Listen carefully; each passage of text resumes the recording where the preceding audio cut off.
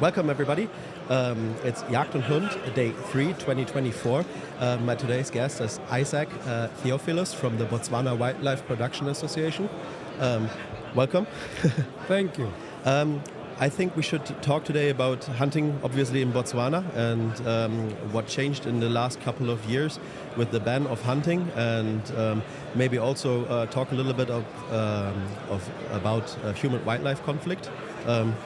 Welcome to the podcast, and maybe it would be good for the viewers if you could introduce yourself, what you actually do. Yeah, thank you very much. My name is Isaac Theophilus. I work for the Botswana Wildlife Producers Association as the Chief Executive Officer. The association comprises of professional hunters, game ranchers, and individuals or organizations that are interested in conservation in Botswana. It's not just limited to operators only. Okay. Yeah. What is it that you do in your daily business life? Well, I happen to be the Chief Executive Officer of the association. Mm-hmm. I am a retired public servant. I have worked in many departments in government, principally at the Department of Wildlife and National Parks, where I joined as a fresh graduate from university up to my retirement from the public service. Okay, sounds very interesting. Thank you. Let's go to hunting. Yes. What happened that there was actually like a governmental ban on the hunting in Botswana? What happened there? Why was this a reason, and why has it changed? Well, it wasn't a ban per se.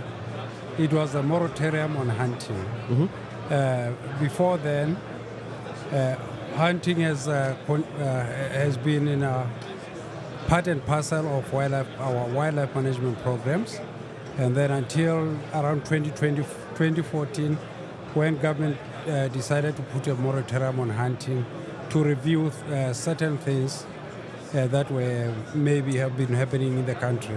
So it was just a moratorium, it wasn't a ban. What was the reason for the moratorium? Well, on a serious note, I wouldn't know what the reason was, but government decided to take a decision to put hunting on hold so that they could review some of the hunting structures and so forth. Okay. What was the reason that we started again with the hunting and that it was abolished? Between 2014 and 2019, mm-hmm. In 2018 there was a change of leadership in the ruling party. A new president came in, and when the new president came in, he took a decision to go out and consult with the local populace on their desire for hunting or no hunting, and it became abundantly clear that the majority of the people wanted hunting to be reinstated.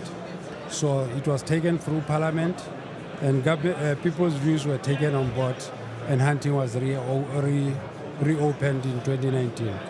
I think it sounds like a really smart move he did there to consult with the population.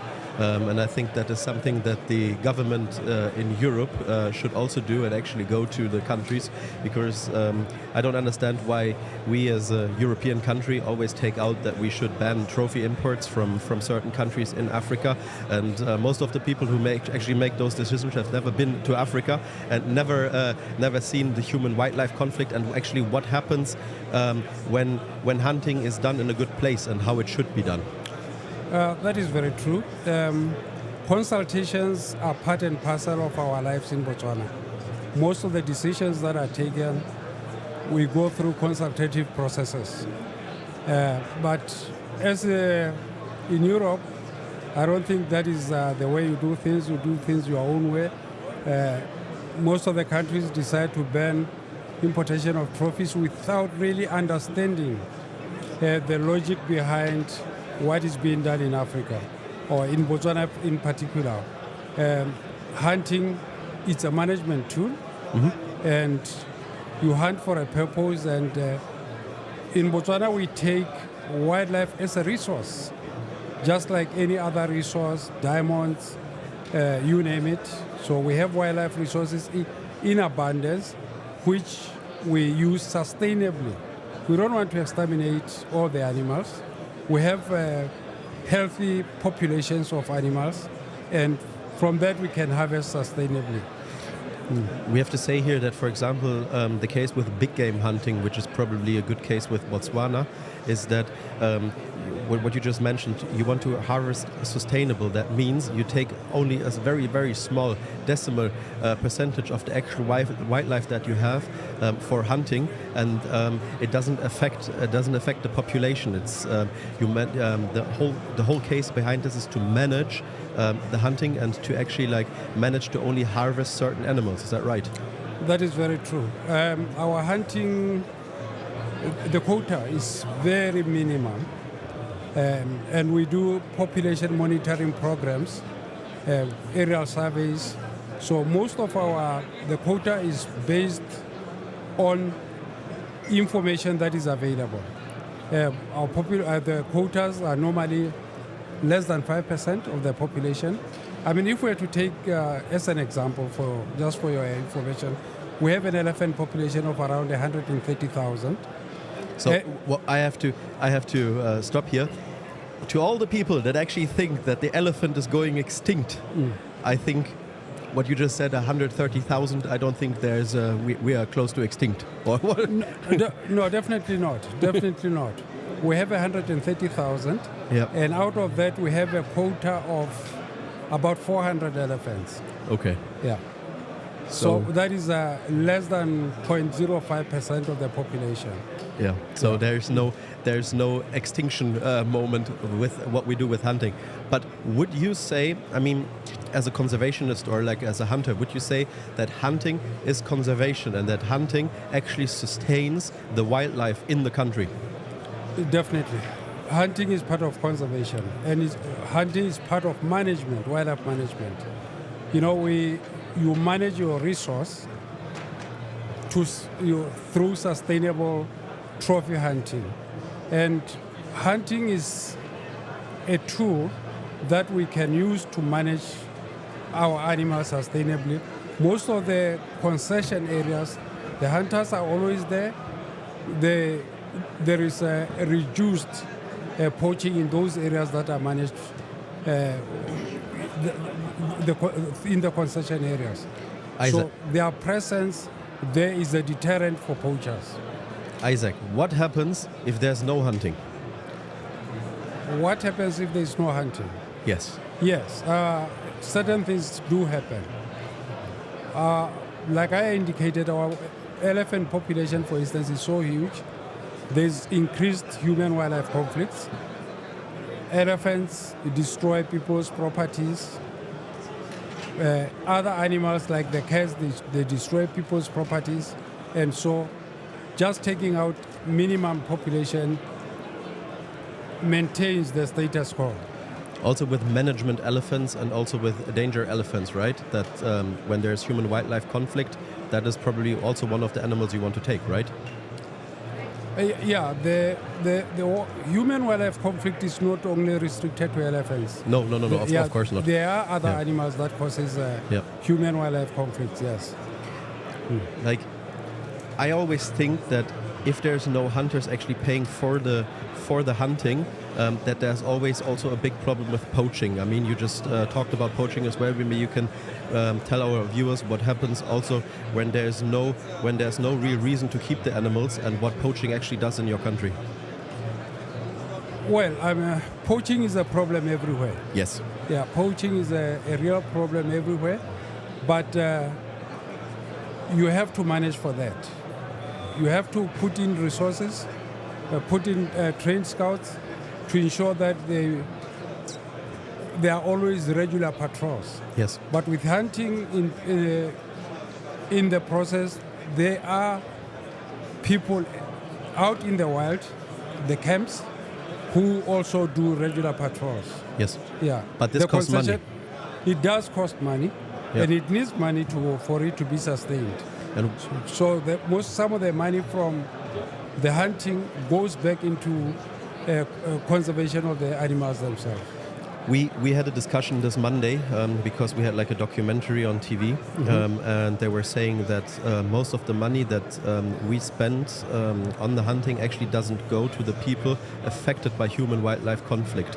I think that is not true. I think that if managed in a country like yours, I think that they are very well taken care of. Can you talk about this? Well, we have community programs in place. We have had a program called community-based natural resources management programs. There are communities that have been given conservation areas to manage, and most of the resources or the money from those areas, it goes back into those communities to improve their livelihoods. So those are very important. It's a very important program because people can see the benefits from wildlife that is going back into their lives to improve their livelihoods. I mean, you just said that your president consulted with the population about hunting. That means that the population actually wanted hunting back. Definitely. That was the clear message through the consultation processes, that everybody wanted hunting back. I think this is very important here to understand because, as I said before, we take a lot out and like try to decide for other countries in Europe what they should do. But if a whole population is asked and the population says we have to keep the hunting because we actually live off the hunting, I mean it's very important to keep that in mind, that we shouldn't decide for other people's lives what they should do. No, that is very true. I really wish Europe could learn and appreciate what countries are doing, especially in Southern Africa. Yes. Wildlife management is an important program in Southern Africa. We got the money from the wildlife resources, put it back into the communities, and the communities depend, or government depends on the resources to manage the resource for sustainable use, But what doesn't happen what happens here is that people do not understand what goes on. They are not willing to learn. We invite people all the time, or Europeans, to come and see what is happening with our programs. Visit with the community programs, visit with the community trusts, and see and appreciate what goes on with their daily lives. Yes. I mean, to all the viewers, you can just go to Isaac. He is in Hall 7 here at the Jagd and Hund, and you can just talk to him about it, because I think it's a very important topic to understand what hunting does for people and what hunting does for the animals. We have to understand that if there would not be a hunting, there would be more human-wildlife conflict. That means that animals would suffer and people would suffer. Definitely. The human-wildlife conflict is a serious problem. Just about 2 weeks ago, we have had one of the rangers trampled by an elephant and killed, and it's not the only one. Just this year alone, this is the second day or first day of February, we have had about 4 or 5 people killed by elephants. Wow. Okay. Yeah. I mean, as you said, there's human-wildlife conflict, but maybe we can also go back to the anti-poaching, or like the anti-poaching. What actually consults to anti-poaching? So what measurements are there? You said that there are special troops, but I mean you have a large area that you actually have to look for. There's snare traps, and there's people going out with dogs after animals. What does the money other hunters bring actually do to the poaching or anti-poaching? The money that comes from wildlife management is also planted back into wildlife conservation through provision of resources for anti-poaching units. And the good thing about the way we do things in Botswana is that anti-poaching is not only restricted to the Department of Wildlife and Natural Resources, it's also extended to other law enforcement agencies, like the army, like the police. They also do anti-poaching programs.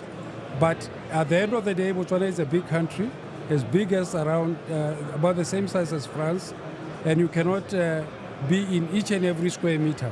So that is where we need communities to come on board, and we also need the operators to come on board in helping to promote and also conduct anti-poaching operations.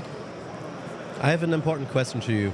Like most of the people, they don't see Botswana yet as a country for hunting. Probably that's like I know it because I've been close to I've been in the Babata National Park, so Yes, it's right on your border. Yes. And what would you say to the German hunters, because we're here in the Jagd und Hund, to actually like tell them that your country is the right country for the hunting? Yeah, I know that well, most of the German hunters go to Namibia for obvious reasons. Yeah. You have connections. And German speaking. Yes. Yes, and German speaking.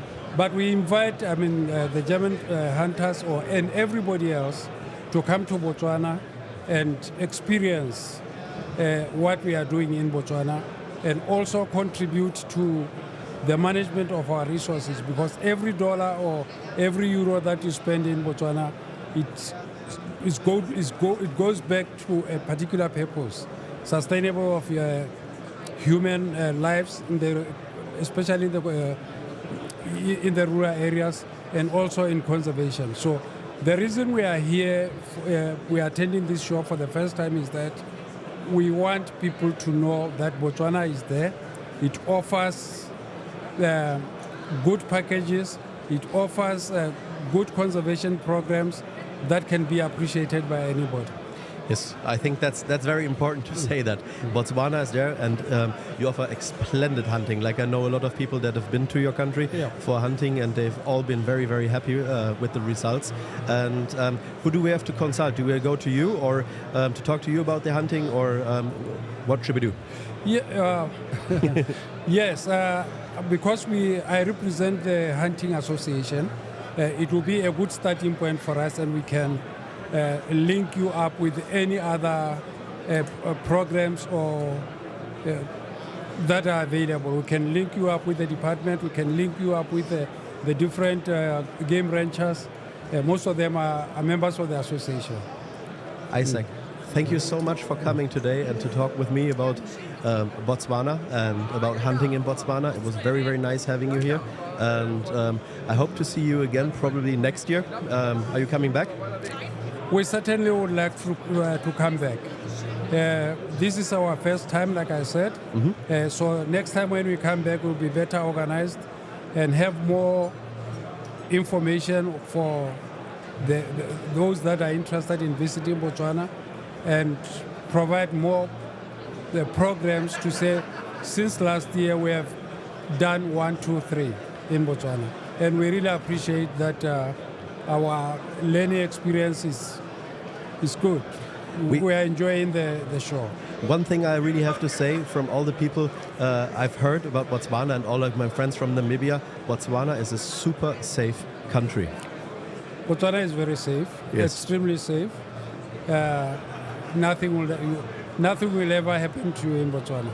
And the people are very friendly. Everybody is friendly in Botswana. Yeah. And actually, one thing that I didn't mention is that our team comprises of 3 people, myself and 2 community members. Mm-hmm. One from a hunting community and another one from a photographic community. Okay. So they are here also to learn and see what happens in some of these shows. Sounds very interesting. Isaac, thank you so much for coming. Thank you so much. I appreciate it. It sound like Argentina, had to fist my demeanor. No, they don't want me breathing, still I rose like that.